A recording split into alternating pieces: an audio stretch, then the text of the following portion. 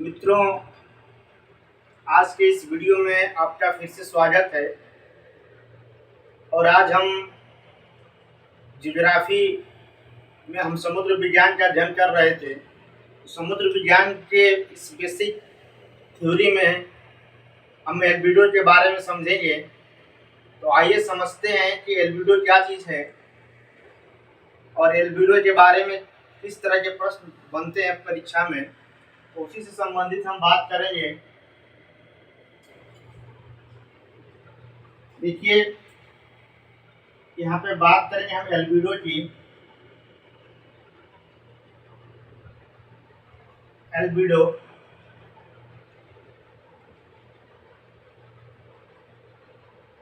देखिए, एल्बिडो तो हिंदी में से परावर्तिता, हिंदी में से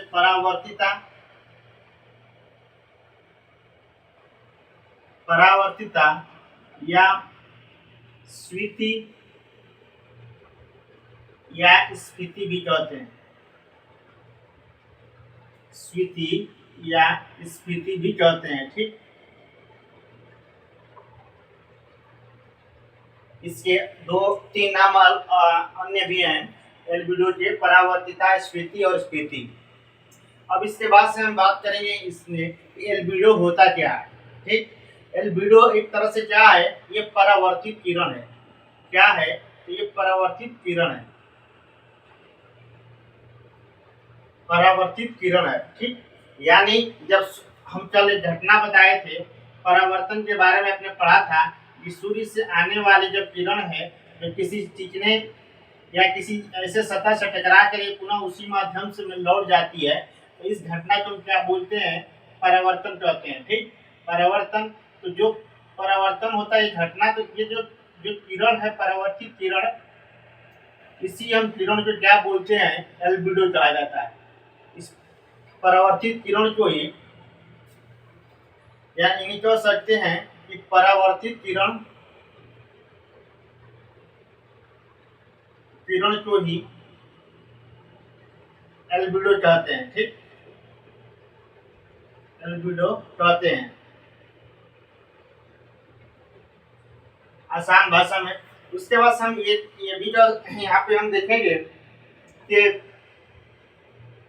कि सूर्य से आने वाली जो किरण होती है, ये सूर्य से आने वाली जो किरण है और ये उसी माध्यम में टकरा के जब वापस आती है तो हम परावर्तन कहते हैं, और इस किरण को हम एल्बिडो कहते हैं। तो इसके लिए एक सूत्र होता है कि एल्बिडो कितनी मात्रा में किरण परावर्तित हुई, इसके लिए एक सूत्र होता है।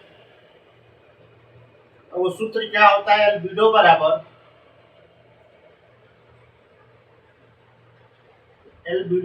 सूत्र होता है परावर्तित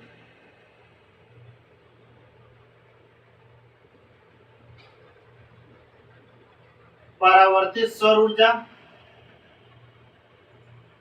बटा में प्राप्त कुल सौर ऊर्जा, बटा में प्राप्त कुल सौर ऊर्जा गुणे 100।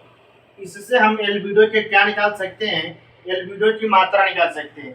कितना परसेंट जो किरण है वो कितना वापस हुई है, तो इस सूत्र के माध्यम से निकाल सकते हैं। तो इतनी बातें हम देख लेंगे। परावर्तित किरण जो है उसी को एल्बिडो कहते हैं। इसे परावर्तिता, स्फीति और स्फीति के नाम से जानते हैं। और परावर्तित किरण को एल्बिडो कहते हैं। और एल्बिडो निकालने का फार्मूला जो होता है परावर्तित सौर ऊर्जा बटा में प्राप्त कुल सौर ऊर्जा गुणे 100, ठीक। इसके बाद हम इसमें देखेंगे कि किस घटना से एल्बिडो हो सकता है। तो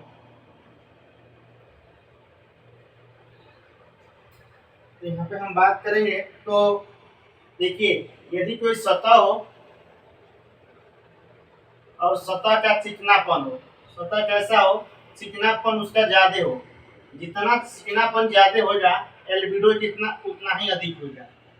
जितना चिकनापन ज्यादा होगा एल्बिडो उतना ही अधिक होगा। उसके बाद यदि सतह खुरदरापन अधिक हो, सतह का खुरदरापन अधिक हो तब उस कंडीशन में एल्बिडो का मान क्या हो जाएगा, कम हो जाता है। यदि सतह का गाढ़ापन हो तो उस कंडीशन में एल्बिडो का मान भी क्या हो जाता है, कम हो जाता है। यदि सतह का सघनता हो, सतह का सघनता अधिक हो तो उस कंडीशन में एल्बिडो क्या हो जाता है, कम हो जाता है। एल्बिडो मतलब परावर्तित किरण की मात्रा कम हो जाती है। उसके बाद से यदि हम लास्ट में यदि ये भी देखें कि सतह का यदि विरलता हो और विरलता अधिक हो, उस कंडीशन में एल्बिडो का मान क्या हो जाता है, अधिक हो जाता है। देखिए हमने क्या समझा, 2-3 कंडीशन में एल्बिडो का मान ज्यादा हो रहा है। किस कंडीशन में, यदि सतह चिकना हो, यदि इस कंडीशन में एक कंडीशन ये है सतह का चिकनापन है तो उस कंडीशन में क्या हो जा रहा है, एल्बिडो अधिक हो जा रहा है। और यदि सतह का एक कंडीशन यहाँ है सतह का विरलता पर, यदि सतह विरल है, ज्यादा विरल है तो एल्बिडो उतना ही क्या हो जाएगा, अधिक हो जाएगा। ठीक, और बाकी खुरदरापन, गाढ़ापन और सघनता की स्थिति में एल्बिडो हमारा क्या हो जाता है, कम हो जाता है। लेकिन 2 कंडीशन में बढ़ता है, चिकनापन और विरलता के। उसके बाद से नेक्स्ट पॉइंट पे हम बात करेंगे कि जो एल्बिडो होता है, जो एल्बिडो होता है ये डायरेक्टली प्रोपोर्शनल टू 1 बाई अवशोषित ऊर्जा ना, ऑब्जर्वेशन यानी अवशोषण ऊर्जा, इसको हम बोल सकते हैं अवशोषण या अवशोषित ऊर्जा। अब अवशोषित ऊर्जा क्या है कि जितने सूर्य से जो आने वाली किरण होती है और वायुमंडल में जैसे ही प्रवेश करती है तो हमारे वायुमंडल में धूल कण, गैस, जलवाष्प आदि होता है। और ये जितना ही अधिक वायुमंडल में जलवाष्प होगा उतने ही सौर किरणों को क्या कर लेगी, अवशोषित कर लेगी, जिससे परावर्तित बहुत कम होती है और एल्बिडो बहुत कम मात्रा में वापस हो पाता है। तो इसलिए हम कह सकते हैं कि एल्बिडो जो होता है अवशोषित ऊर्जा के भी समानुपाती होता है।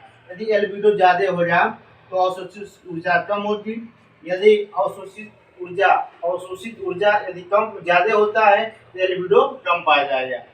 ठीक, इतनी बातें हम देख लीजिए। अब उसके बाद से हम नेक्स्ट एक चीज और देखेंगे यहाँ पे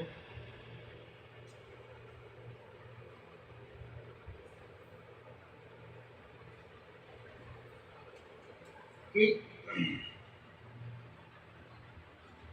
कल हमने थोड़ा सा बताया था यहाँ पे कि जैसे सूर्य की किरण आती है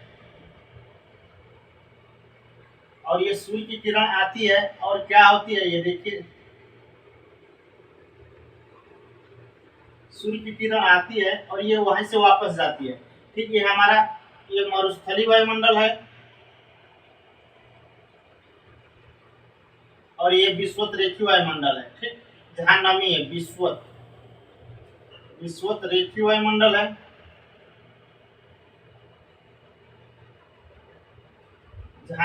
जहाँ क्या है, जलवाष्प की बूंदें हैं। और ये अब ये धरातल पर जैसे ही किरण आएगी यहाँ से, तो यहाँ से क्या होता है, यहाँ से डायरेक्ट चली आएगी, यहाँ पे डायरेक्ट आएगी तो यहाँ तापमान कम ज्यादा हो जाता है और यहाँ आती है तो जलवाष्प की कुछ बूंदें क्या कर लेती हैं, सौर किरण को अवशोषित कर लेती है, जिसकी वजह से यहाँ तापमान पूरा ज्यादा नहीं आ पाता है, यहाँ पे तापमान कम हो जाता है धरातल पे आते आते। ये हमारा धरातल है। उसके बाद से जब यहाँ पे तापमान कम हो जाता है, जब ऐसे किरण आती है तो यहाँ पे तापमान कम हो जाता है तो कुछ किरण क्या होती है, इसी जलवाष्प से अवशोषित होने के बाद कुछ जो बचती है ये टकरा कर क्या हो जाती है, वापस हो जाती है। ये वापस हो जाती है जिसे हम एल्बिडो कहते हैं। तो इससे क्या प्रभाव पड़ता है, जब यहाँ से सौर किरण टकरा के वापस जाती हैं तो यहाँ से वायुमंडल का भी तापमान कम रहता है और इस धरातल का भी धरातल और विषुवत वायुमंडल का भी तापमान दोनों का कम हो जाता है। इसकी अपेक्षा कम हो जाता है तो मरुस्थलीय वायुमंडल की अपेक्षा कम पाया जाता है। यहाँ पे हम ये कह सकते हैं कि जिस सतह की परावर्तिता, यानी जिस सतह की परावर्तिता, यहाँ पे हम ये कह सकते हैं कि जिस सतह की परावर्तिता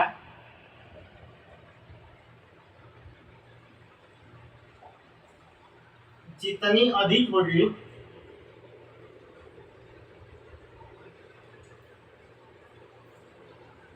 जिस सतह की परावर्तिता जितनी अधिक होगी, उस सतह को प्राप्त सौर ऊर्जा की मात्रा उतना ही कम होगी। उस सतह को प्राप्त सौर ऊर्जा की मात्रा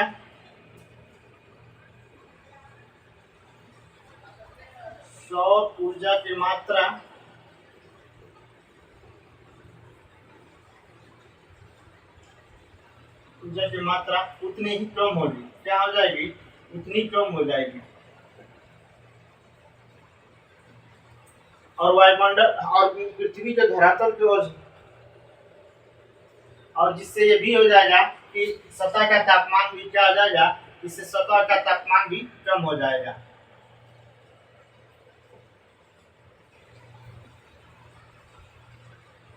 इससे सतह का तापमान भी क्या हो जाएगा, हमारा कम हो जाएगा।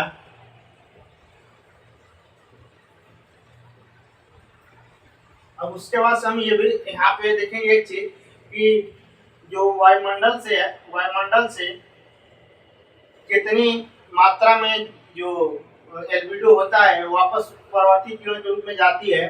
तो हम ये कह सकते हैं कि वायुमंडल में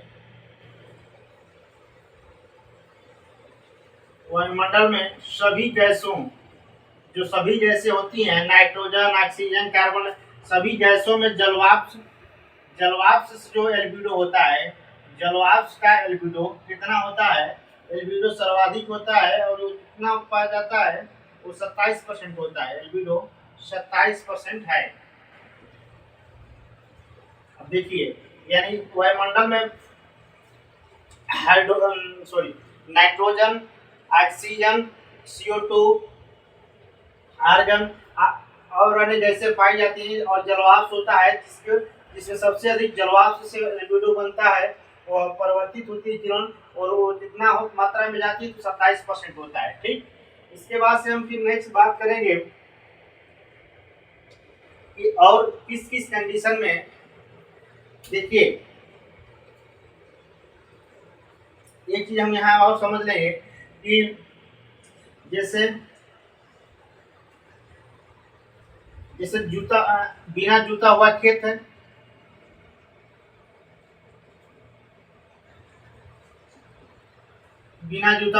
है, ये इसमें चमकीलापन कितना होता है? इसमें चमकीलापन सर्वाधिक होगा, और चमकीलापन सर्वाधिक हो जाए तो एल्बिडो भी ज्यादा होगा।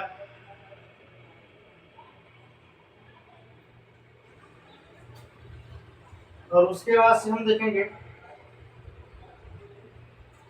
और जोता हुआ खेत जब हो जाए, जोता हुआ खेत और उसके बाद से घास का मैदान,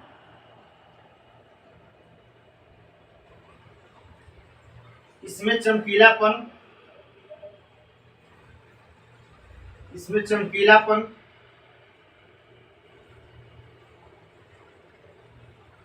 की जो मात्रा होती है वो क्या होती है? कम होती जाती है। इसमें सर्वाधिक होती है, जैसे यहाँ पे कर सकते हैं हम, और यहाँ पे क्या होती है? कम होती जाती है चमकीलापन की मात्रा। तो इसलिए यहाँ पे क्या हो जाएगा? एल्बिडो की मात्रा क्या हो जाएगी? घटती जाएगी। एल्बिडो की मात्रा भी क्या हो जाएगी? घटती जाएगी। यानी बिना जुता हुआ खेत है, उससे चमकीलापन ज्यादा रहेगा, वहाँ एल्बिडो ज्यादा होगा। जुता हुआ खेत है और घास का मैदान हो, वहाँ चमकीलापन कम पाया जाएगा, जिससे एल्बिडो की मात्रा कम प्राप्त होगी। ठीक, उसके बाद से हम देखेंगे एक चीज और, थोड़ा सा यहाँ पे फिर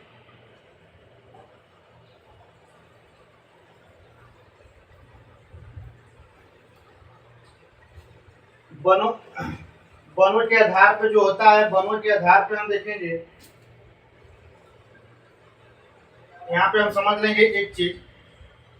जैसे हम ये जो हम लोग जानते हैं, ये हमारा 0 डिग्री का विषुवत है, और ये इसके बाद से 0 से 30, सॉरी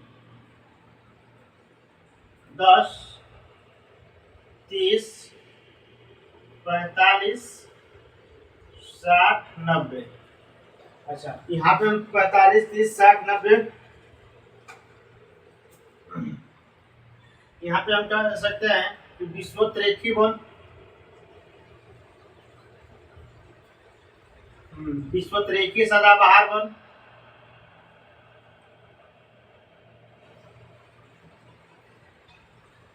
विषुवत सदाबहार बन, यहाँ पे हो जाएगा पर्णपाती बन,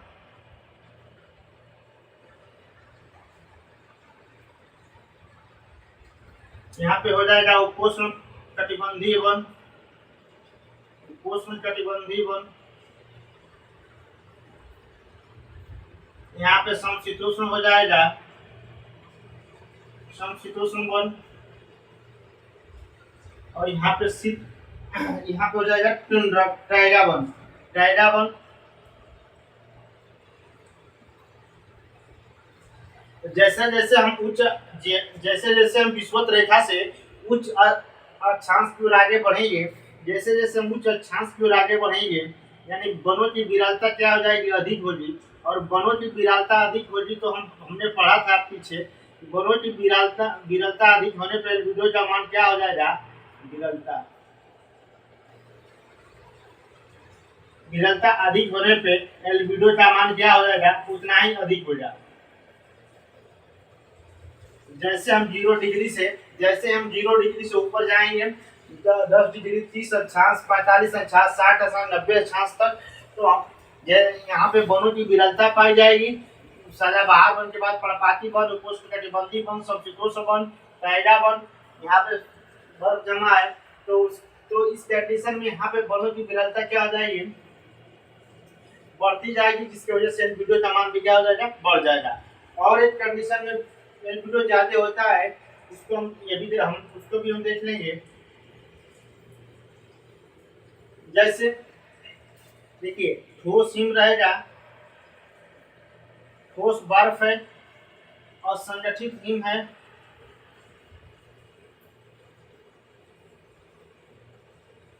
उसके बाद से सिल्ट है, और उसके सब बालू है,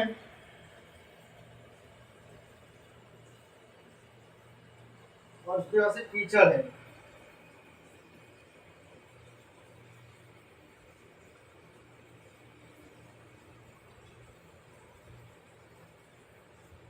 देखिए, इस चारों कंडीशन, इससे भी एल्बिडो क्या होता है हमारा, पाया जाता है। इससे वो हिम से भी एल्बिडो होता है, अधिक होता है। और संगठित हिम सिल्ट जो होता है, ये बालू का सबसे छोटा कण होता है, जिसे हम बालू सिल्ट उसे बोलते हैं। इससे भी एल्बिडो होता है, बालू से भी होता है, कीचड़ में से भी एल्बिडो होता है, ठीक ना। तो इस बात का हम लोग ध्यान देंगे कि जूता हुआ खेत हो, जैसे या वनों की विरलता हो, बर्फ हो, उस बालू हो, कीचड़ हो, उस कंडीशन से भी क्या होता है, एल्बिडो होता है, ठीक। अब उसके बाद से हम बात करेंगे नेक्स्ट एक पॉइंट है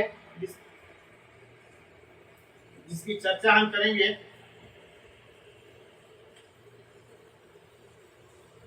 जिसका नाम है पार्थिव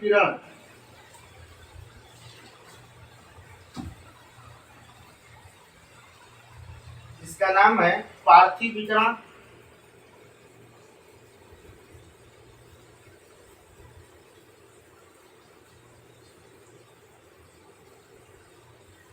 और पार्थिव विकिरण के बारे में हम देखेंगे, तो हम ये कह सकते हैं कि गर्म वस्तु के द्वारा उष्मा का निष्कासन किसके द्वारा होता है, तो लघु तरंग के रूप में होता है, लघु तरंग विकिरण के रूप में होता है।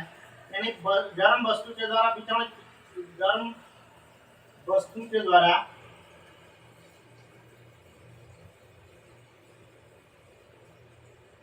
गर्म वस्तु के द्वारा ऊष्मा का निष्कासन,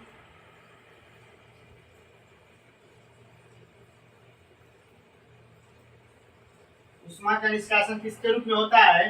तो लघु तरंग, लघु लघु तरंग वितरण के रूप में होता है।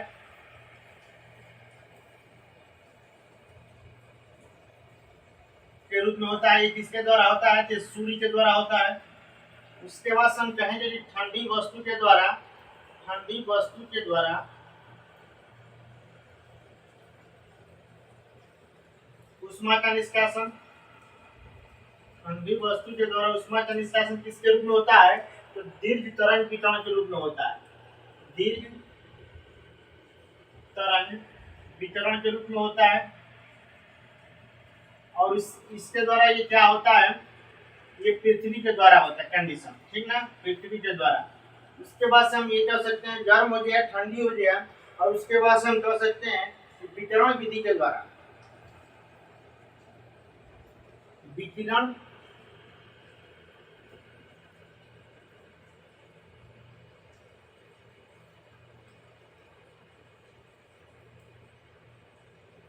विकिरण विधि के द्वारा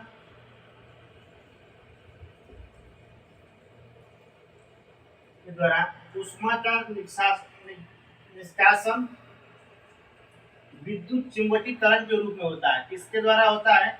विद्युत चुंबकीय तरंग के रूप में होता है।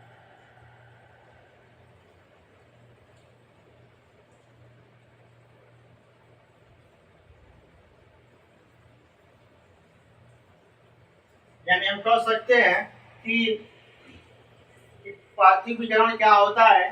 तो पृथ्वी के द्वारा रात्रि के समय, देखिए इसे परिभाषा की शुरुआत हो जाएगी कि पृथ्वी के द्वारा, इससे हम क्या निकाल सकते हैं? परिभाषा यहीं से बना लेंगे हम कि पृथ्वी के द्वारा रात्रि के समय, रात्रि के समय दीर्घ तरंग विकिरण के द्वारा, दीर्घ तरंग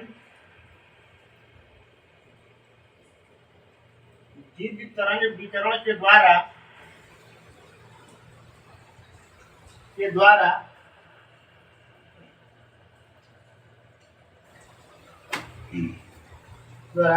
विद्युत चुंबकीय तरंग के रूप में, विद्युत चुंबकीय तरंग के रूप में, ऊष्मा के तरंग के रूप में होने वाले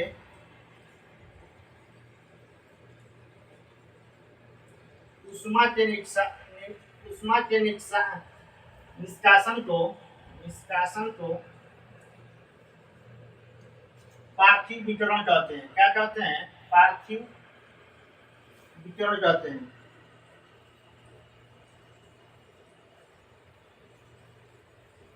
देखिए यहाँ से हम समझ लेंगे कि गर्म वस्तु के द्वारा ऊष्मा का निष्कासन किसके रूप में हो जा? लघु तरंग दैर्घ्य के रूप में हो जा, लघु तरंग विकिरण के रूप में हो जा। और ठंडी वस्तु के द्वारा ऊष्मा का निष्कासन किसके रूप में हो जा? तरंग विकिरण के द्वारा हो जा। और विकिरण विधि के द्वारा ऊष्मा का निष्कासन विद्युत चुंबकीय तरंग के रूप में होता है, जिससे हमारा परिभाषा बन जाता है इस कंसेप्ट से, पृथ्वी के द्वारा रात्रि के समय, किस समय? रात्रि के समय तरंग, दीर्घ तरंग विकिरण के माध्यम से के द्वारा विद्युत चुंबकीय तरंग के रूप में होने वाले ऊष्मा के निष्कासन को क्या बोलते हैं हम लोग? पार्थिव विकिरण कहते हैं, ठीक ना। अब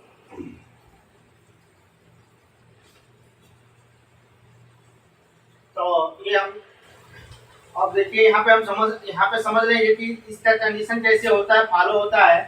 तो इतनी परिभाषा हम इसको समझ लिए परिभाषा के बारे में। अब इसको हम समझेंगे कि यहाँ पे कंडीशन कैसे फॉलो होता है। पार्थिव विकिरण,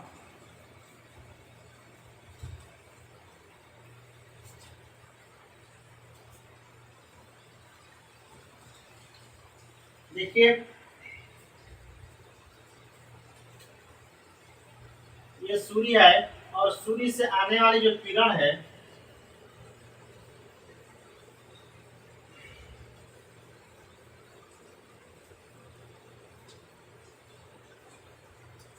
सूर्य से जो आने वाली सब किरण है, मान लीजिए यहाँ पे जलवाष्प से, यहाँ पे क्या है, डस्ट डस्ट डस्ट है, धूल कण है, और यहाँ पे क्या है, CO2 गैस है वायुमंडल में हमारे, ठीक।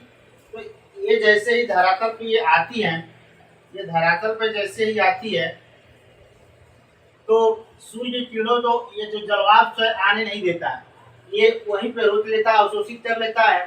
धूल कण भी, ये दोनों क्या होते हैं, ये दोनों अपारदर्शी होते हैं, यानी न तो किरण को इधर से जाने देते हैं, अपारदर्शी, ये न तो पार्थिव विकिरण को होने देते हैं, यानी करने का मतलब क्या, कि न तो सूर्य की किरणें आ पाती है, न इधर से पार्थिव विकिरण हो पाता है, ठीक। लेकिन जो ये CO2 है, ये CO2 के माध्यम से सौर की किरणें तो आती हैं, आने तो आ जाती है, लेकिन वापस जा नहीं पाती है। क्या होता है, वापस जा नहीं पाती है, ठीक। जिसके वजह से हमारा क्या होता है, यहाँ पे दिन के समय तापमान क्या होता है, बढ़ जाता है। दिन के समय क्या होता है, दिन के समय तापमान क्या होता है, तापमान हमारा इंक्रीज हो जाता है, ठीक ना। यहाँ पे तापमान बढ़ जाता है, जब सूर्य की किरण आएगी और यहाँ से पृथ्वी पे आने के बाद जब यहाँ इसका पार्थिव विकिरण नहीं होगा, यानी ये विद्युत चुम्बकीय तरंग के रूप में वापस नहीं लौटेगी, यहाँ यहाँ जाने पर यहाँ CO2 रोक दे रहा है, तो उस कंडीशन में क्या हो जाएगा, यहाँ का सारा वायुमंडलीय और धरातलीय तापमान क्या हो जाता है, बढ़ जाता है, सही ना। अब पार्थिव विकिरण के लिए अनुकूल दशा कब होती है, यानी इस जो पृथ्वी की किरण से, पृथ्वी के धरातल से जो किरण वापस जाती है पार्थिव विकिरण के रूप में, ये अनुकूल दशा कब पाई जाती है। इसके लिए हमें चीज समझना होगा, यानी हम ये चीज समझ लेंगे कि पार्थिव विकिरण कब कब नहीं होता है। तो कब नहीं होता है, धूलिकण जलवाष्प कंडीशन या पारदर्शी होने के कारण नहीं होता है। लेकिन CO2 के माध्यम से किरण तो धरातल पे आ जाती है, लेकिन वापस नहीं जा पाती है। तो हम इससे यहाँ पे ये कह सकते हैं कि कौन सा ऐसा अनुकूल कंडीशन आएगा कि सूर्य से आने वाली किरणें धरातल पर आएगी, लेकिन इसका पार्थिव विकिरण हो पाएगा। उस कंडीशन को हम देखेंगे।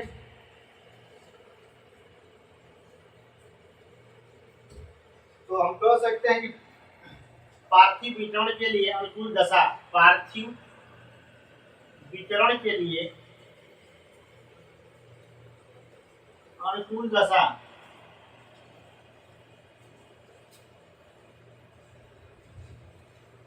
पार्थिव विकिरण के लिए अनुकूल दशा कब होना चाहिए, जब वायुमंडल शुष्क रहता है, जब वायुमंडल में नमी की मात्रा न हो, उस कंडीशन में पार्थिव विकिरण हो सकता है। पहला कंडीशन, यानी कह सकते हैं कि वायुमंडल का शुष्क होना चाहिए,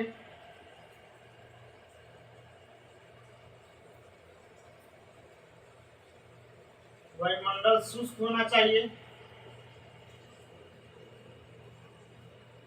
दूसरा कंडीशन है कि वायुमंडल धूल रहित होना चाहिए, यानी वायुमंडल में आंधी तूफान जैसी कंडीशन नहीं होना चाहिए, ठीक ना। यानी वायुमंडल धूल रहित होना चाहिए।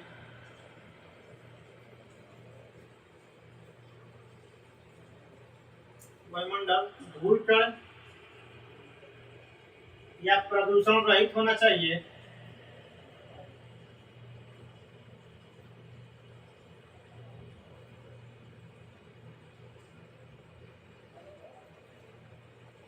तीसरा कंडीशन क्या है, तीसरा कंडीशन है कि आसमान में जो बादल होते हैं वो घिरे नहीं होने चाहिए, यानी बदली का मौसम नहीं होना चाहिए।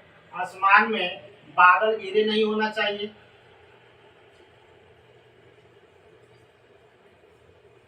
यानी बदली का मौसम नहीं होना चाहिए। और चौथा कंडीशन है लास्ट, कि जो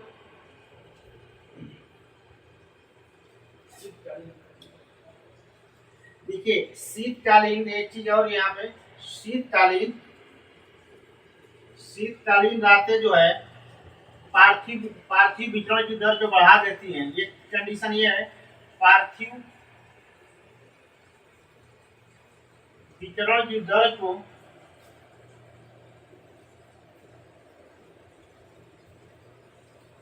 बढ़ा देती है।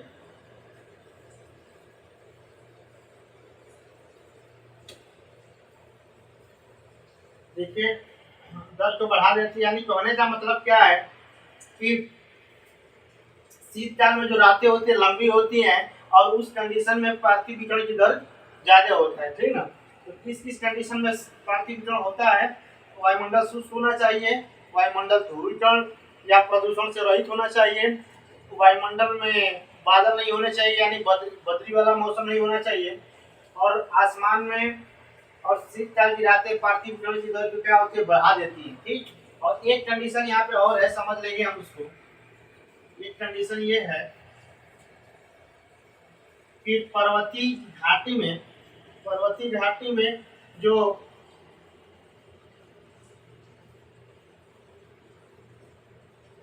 देखिए हम ये समझेंगे, जो पर्वतीय क्षेत्र होते हैं, पर्वतीय क्षेत्रों की घाटी में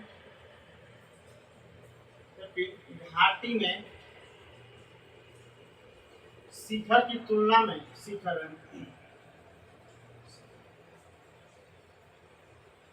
घाटी की तुलना में शिखर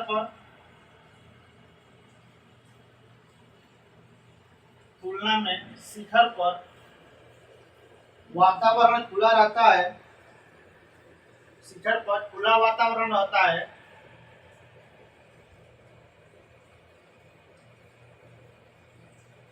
खुला वातावरण होता है, जिससे क्या होता है, जिससे पार्थिव विकिरण की दर बढ़ जाती है, जिससे शिखर पर पार्थिव विकिरण अधिक होता है।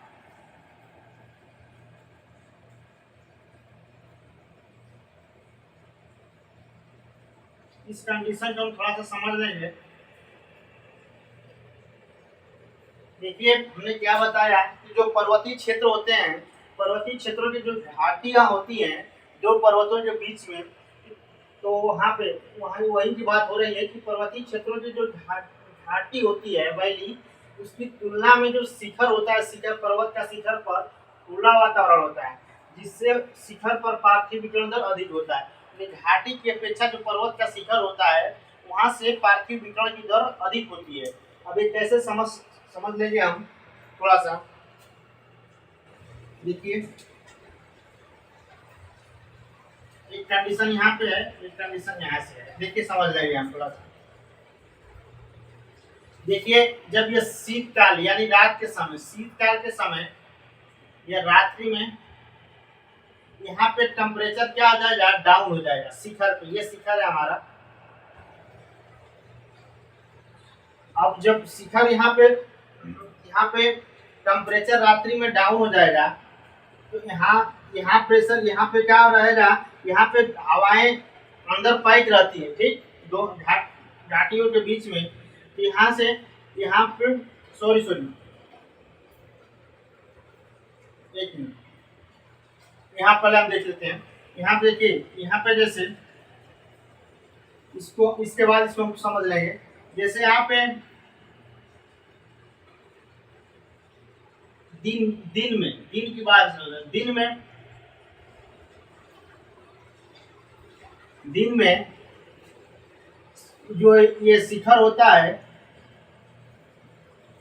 शिखर खुला होने के कारण यहाँ पे तापमान कम होता है, और घाटी में जैसे सूर्य की किरण आती है, सूर्य की किरण क्या होती है, सूर्य की किरण जैसे ही आएगी, सूर्य की किरण आएगी यहाँ पे,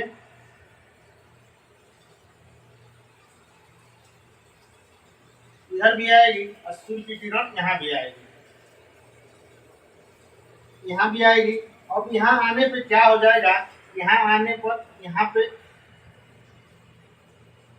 यहाँ हवा गर्म हो जाएगी, और यहाँ हवा गर्म होने के बाद हल्की हो जाती है, यहाँ पे लो टेम्परेचर हो जाता है। लेकिन यहाँ पे तापमान कम भी बना रहता है, यहाँ पे तापमान क्या होता है, कम बना रहता है, और यहाँ पे हाई प्रेशर होता है। यहाँ की अपेक्षा यहाँ पे क्या होता है, हाई प्रेशर होता है, यानी यहाँ तापमान ज्यादा रहता है, और यहाँ पे हाई प्रेशर, यहाँ तापमान लो होता है। तो हाई प्रेशर ज्यादा होता है और तापमान यहाँ पे क्या होता है, कम होता है। और यहाँ से हवाएं क्या होती हैं, हाई प्रेशर से किसके तरफ चलती हैं, लो प्रेशर की तरफ। हाई प्रेशर की तरफ से लो प्रेशर की तरफ चलती हैं। यही कंडीशन यहाँ रात में होती है।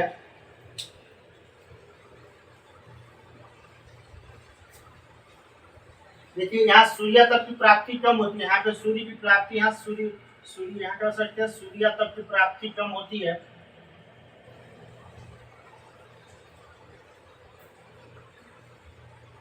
तापमान कम होता है, जिसके वजह से यहाँ पे टेम्परेचर कम रहता है, यहाँ पे लो प्रेशर उत्पन्न हो जाता है।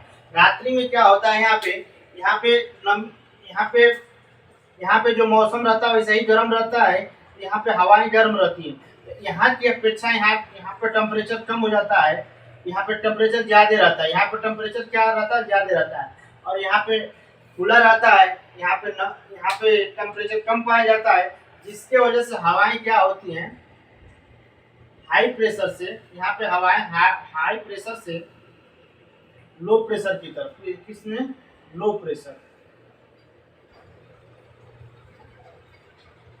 हवाएं लो प्रेशर की तरफ चलती हैं।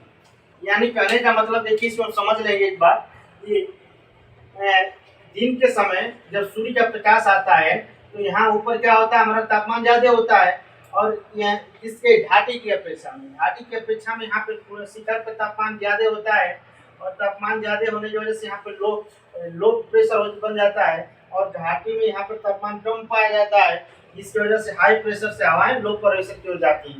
रात्रि के समय वही कंडीशन उल्टा हो जाता है, और यहाँ पे क्या होता है कि यहाँ पे हवा जो होती है, यहाँ पे प्रेशर लो प्रेशर आ जाता है, जैसे यहाँ की अपेक्षा यहाँ पे हवाएं गर्म होती है, और यहाँ पे ये खुला होने के कारण यहाँ पे हाई प्रेशर ज़्यादा होता है, यहाँ पर तापमान कम पाया जाता है, जहाँ लो हाई प्रेशर उत्पन्न हो जाता है, और हवाएं हाई प्रेशर से लो प्रेशर की तरफ चलती हैं। तो इस तरह हम कह सकते हैं कि शीतकाल में जब रात्रि के समय क्या होता है, पार्थिव विकिरण शिखर से सर्वाधिक मात्रा में होता है। इससे शिखर से क्या होता है, रात्रि के समय शिखर से पार्थिव विकिरण की दर ज्यादा होती है।